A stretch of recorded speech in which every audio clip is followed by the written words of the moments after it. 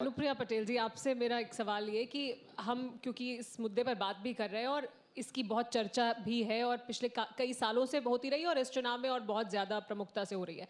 क्या आपके मुताबिक प्रमुख वजह है कि ओबीसी वोटर का प्रतिनिधित्व करने वाली पार्टियां, उनकी अहमियत इतनी ज़्यादा बढ़ गई है? क्यों? उसकी क्या वजह है? ओबीसी वोटर का जहां तक उत्तर प्रदेश की राजनीति में सवाल है, तो मैं कुछ बातें कहना चाहती हूं। सबसे पहले तो मेरी आपत्ति इस विषय से है कि ओबीसी वोटर की बात चुनाव के ठीक पहले ही क्यों की जाती है। उत्तर प्रदेश की आबादी का 50% से ज़्यादा ओबीसी वोटर है, तो निश्चित रूप से ओबीसी वोटर की एक बहुत महत्वपूर्ण भूमिका है। और अगर आप प्रदेश का राजनीतिक इतिहास देखें तो जिधर ओबीसी वोटर रहा है, राजनीतिक दलों को सत्ता नसीब हुई है। लेकिन ओबीसी के हितों की बात निरंतर 5 साल होनी चाहिए। मैं आपके चैनल से भी आग्रह करूंगी कि जो सवाल आज आप उठा रहे हैं चुनाव के वक्त, और तमाम चैनल्स को मैं देख रही हूं कि इस वक्त ये सवाल उठाया जा रहा है, तो ये सवाल 5 साल आप उठाइए तो उत्तर प्रदेश की आबादी का इतना बड़ा हिस्सा जो 50% से ज़्यादा ओबीसी का है, उनके हक में शायद सरकारें और जागेंगी और ज़्यादा काम करेंगी। और जो दल आज ये सवाल उठा रहे हैं, उनको भी मैं ये कहना चाहती हूँ कि इस वक्त आप ये सवाल क्यों उठा रहे हैं और आप पिछड़ों की नुमाइंदगी करने का दावा करते हैं। आपका तो इतिहास है, आपने उत्तर प्रदेश में सत्ता संभाली है, आपको कई बार मौका मिला है और इन्हीं पिछड़ों की वजह से मिला है। और लोगों ने भी आपको वोट किया है, लेकिन पिछड़ों के संख्या बल को देखते हुए आपको यदि उत्तर प्रदेश के अंदर सरकार बनाने का अवसर मिला तो पिछड़ों की एक महत्वपूर्ण भूमिका रही। तो क्या आपने तब पिछड़ों का इतना ख्याल रखा और पिछड़ों के हक में आपने इतने टेन्योर जो निकाले, आपकी क्या उपलब्धियां आप गिनाइए। हमने तो बहुत उदाहरण दिए, मेरे साथ डॉक्टर संजय निषाद जी बैठे हुए हैं, उन्होंने एक उदाहरण दिया कि ओबीसी कमीशन को संवैधानिक दर्जा प्रदान किया गया और उसके लिए हमने कॉन्स्टिट्यूशनल अमेंडमेंट किया। ये मांग नई नहीं है, पुरानी है, कई वर्षों तक संसद के अंदर मांग होती रही, लेकिन इस दिशा में काम किया। तो हमारे पास तो उदाहरण है, आपके पास उपलब्धियां, आप गिनाइए। लेकिन अनुप्रिया जी, ये क्या एक ही दल करता है या ये सभी दल करते हैं? क्योंकि हम देखते हैं कि चुनाव आने से पहले मंत्रिमंडल में फेरबदल किया जाता है, प्रतिनिधित्व बढ़ जाता है, आपको बहुत समय के बाद उसमें जगह दी गई। तो ये चुनाव के पहले ही क्यों होता है?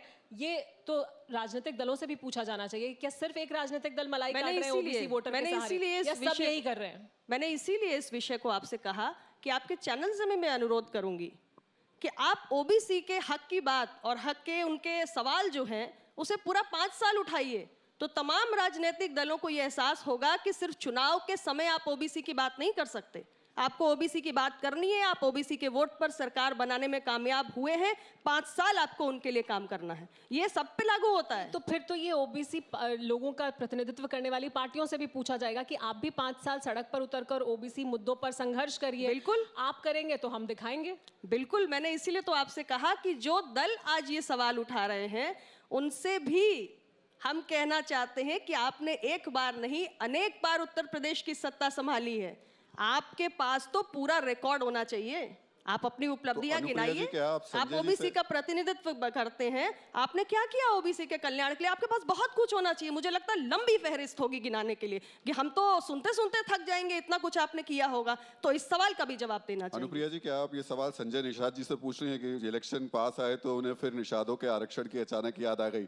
देखिए, संजय जी हमारे सहयोगी हैं। आज हमारे गठबंधन में संजय जी शामिल हुए हैं, एक लंबा संघर्ष करके यहाँ तक पहुंचे हैं। और भारतीय जनता पार्टी के साथ जब वो आए हैं तो निश्चित रूप से जिस समाज के लिए उन्होंने संघर्ष किया है उसके हितों से जुड़े हुए विषयों को तो वो रखेंगे ही। वैचारिक विषयों को लेकर ही कोई दो दल आगे बढ़ते हैं। अपना दल भी आज भारतीय जनता पार्टी के साथ आया है, तो कुछ मुद्दों पर हम आए हैं। तो संजय जी के भी अपने विषय हैं और उनको पूरी स्वतंत्रता है और रखना भी चाहिए, राष्ट्रीय अध्यक्ष हैं वो। अनुप्रिया जी, आपसे और संजय जी आपसे 2 सवाल, मतलब सबसे ज्यादा महत्वपूर्ण इस वक्त पूरे यूपी इलेक्शन के वो है। हर कोई जानना चाहता है 10 तारीख को जो होगा वो होगा, लिस्ट का क्या होगा? लिस्ट कब आने वाली है? सीटों का क्या होगा? देखिए, जहाँ तक मेरी पार्टी अपना दल की बात है तो हमारी कई दिनों से बातचीत चल रही है और हर सीट पे हम लोग चर्चा कर रहे हैं। पार्टी की अपनी अपेक्षाएं हैं, उसके अनुरूप एक सूची हमने तय की है।